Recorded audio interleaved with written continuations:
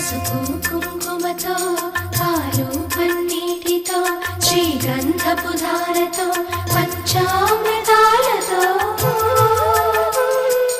అంగాంగం తడుపుతూ దోషాలను కడుగుతూ గంగోత్రికి జరుపుతున్న అభ్యంగన స్నానం. అమ్మా గంగమ్మ కృష్ణమ్మకు చెప్పమ్మా కష్టం కలిగించొద్దని, యమునకు చెప్పమ్మా సాయమునకు వెనకాడొద్దని, గోదారికి కావేరికి ఏటికి సెలయేటికి కురిసేటి జడివానకి దూకే జలపాతానికి నీతో బుట్టులందరికీ